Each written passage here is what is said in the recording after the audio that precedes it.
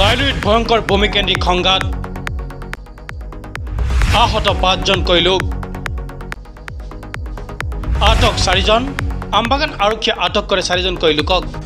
লাইলুইত ভূমিকেন্দ্ৰিক সংঘাত আৰু এই ভূমিকেন্দ্ৰিক সংঘাতক কেন্দ্ৰ কৰি আহত হয় 5 জন কৈলোক সামগ্ৰী সমষ্টিৰ ৰূপৈ আৰক্ষী থানাৰ অন্তৰ্গত লাইলুইত ভূমিকেন্দ্ৰিক সংঘাতক কেন্দ্ৰ কৰি প্ৰচণ্ড মাৰপিটৰ ঘটনা সংঘটিত হয় ৰাজ্যখনত ভূমি বিবাদে লৈছে ভয়ংকৰ ৰূপ দিনে দিনে বৃদ্ধি পাইছে ভূমি বিবাদৰ ঘটনা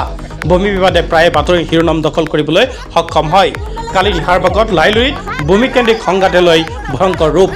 লাইলুই নুননবী আৰু ফকৰুদ্দিনৰ পৰিয়ালৰ মাজত সৃষ্টি হয় ভূমি বিবাদৰ ফলত এক উত্তপ্ত পৰিস্থিতি আমবাগান কাৱৈমাৰী আৰু ৰূপৈহাট আৰক্ষীয়ে ঘটনাস্থলীত উপস্থিত হৈ পৰিস্থিতি নিয়ন্ত্ৰণ কৰাৰ লগতে 4 জন কৈলোকক আটক কৰে আমবাগান আৰক্ষীয়ে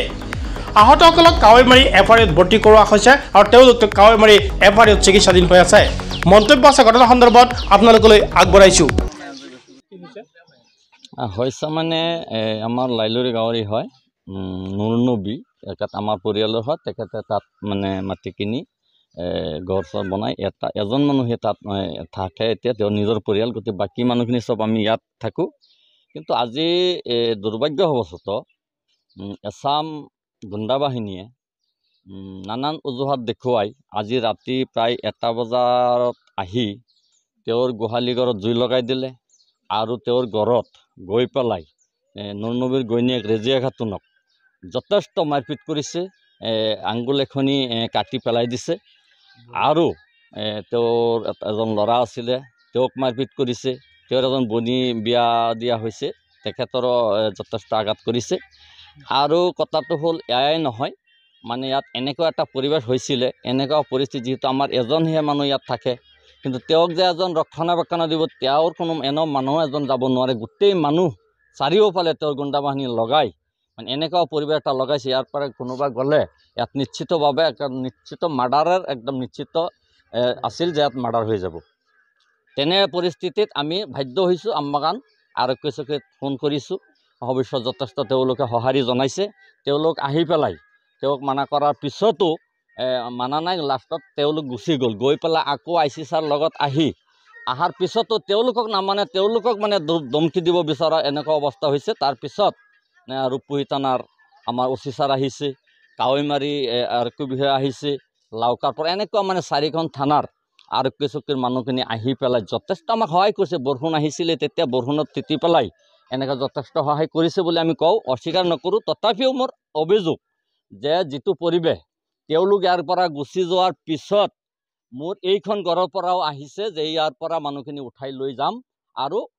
আৰক্ষী চকীয়ে মানুহ 4-5 জন মান এৰেষ্ট কৰিছে ভাবুকি দিছে 10টাৰ ভিতৰত যদি এই মানুহখিনি আনি দিয়া নহয় তেতিয়াহ'লে পৰিস্থিতি ভয়ংকৰ হ'ব আৰু বাকী ক'বলগীয়া বহুত আছে যিহেতু এই ঘৰত এতিয়ালৈকে আমি যাব পৰা নাই মূল সূত্ৰপাত হ'ল আমি ধৰক এই মাটি কিনি আজি প্ৰায় 50 বছৰ ধৰি খাই আছোঁ মাটি খাই আছোঁ আমি নিজে কিনি লৈছোঁ দলিল আছে একো কোনো অসুবিধা নাই এনেই জোৰজবৰদস্তি এটা উচিলা লগাইছে কিন্তু আচলতে তেনেকুৱা একোই নাই গতিকে আচল কথাটো এইটো একটা উচিলা লৈ আহি পেলাই ঘৰত আহি লুটপাট কৰিছে এই যেটো পাৰ্টি মানে ৱাইজুদ্দিন ফকৰুদ্দিন তাৰ বাইক কাই আছে এই বস্তু আৰু বহু মানুহ আছে আমাৰ ইয়াৰো আছে মানুহ আৰু বহুত অস্ত্ৰপাতি পুলিচে নিজে ইয়াৰ পৰা চেঞ্জ কৰি লৈ গৈছে দুবাৰ এবাৰ গছি গ'ল আকৌ আহি পেলাই আকৌ লাঠি চাঠি পাইছে সেইখিনিও চেঞ্জ কৰিলে বলপূৰ্বকভাৱে মাটিয়েই নহয় এই ঘৰবাৰী উচ্ছেদ কৰিব বিচাৰিছে ইয়াত থাকিব নালাগে ইয়াত থাকিলেহে তেওঁলোকে মাৰপিট মাৰ্ডাৰ কৰিব ভাবুকি দিছে আৰু বাকীখিনি আমি ভাবোঁ আপোনালোকৰ চেনেলৰ জৰিয়তে মই আহ্বান জনাম যে এই যাতে প্ৰশাসনে আমাৰ সহায় কৰিছে তথাপিও দুহিক মাটিখিনি নুৰনবী কিনি লৈছে মাটি কিনি লৈছিলে মোৰ দেউতা ইমাম হুছেইনে বিক্ৰী কৰিছিলে সেইখিনি মাটি আকৌ মামুদ আলী কিনিছে মামুদ আলীৰ পৰা তেওঁৰ ল'ৰা নুৰনবীক লিখি দিছে নাই তেওঁলোক নিজৰ কেনেকৈ ভাবে যোনে কৈ আছে ৱাইজুদ্দিনসকল যে আমি মাটি বিক্ৰী কৰিম তেওঁলোকৰ মাটি বিক্ৰী তেওঁলোকে কিনাও নাই মাটি কিনিছোঁ বেলেগ ৰৈচালী ইব্ৰাহিম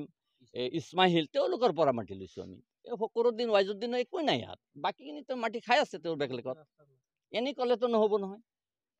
এইখিনি কথা বাকীখিনি মই ভাবোঁ আমি আহ্বান জনাম আৰক্ষী বিষয়াসকলক যাতে সহায় কৰিছে কাজিয়াত বা সূত্ৰপাতত আহত হৈছে তেওঁলোক ক'ত আছে এতিয়া এতিয়াতো ইয়াত নাই, ক'ত ক'ৰবাত হয়তো পলাই আছে বা জখমী কাৱৈমাৰী এফাৰিঅত আছে, যদিও এতিয়াও শুনা পাইছোঁ হেৰি ৰেফাৰ দিব বিচাৰিছে নগাঁৱত আৰু উন্নত চিকিৎসাৰ কাৰণে এনেকুৱা কৈছে। আৰু বাকী কি আৰু আহত হৈছে 4জন। তেওঁলোকৰ নাম নুৰনবী,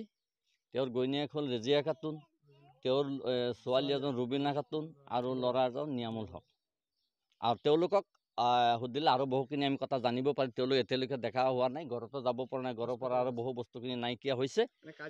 গৰু বাছুৰ নাইকিয়া হৈছে। ৱাইজুদ্দিন ফখৰুদ্দিন তেওঁলোকৰ পৰিয়ালৰ লগত হয়। জুই লগোৱা মানে তাততো আমি যাবই পৰা নাই।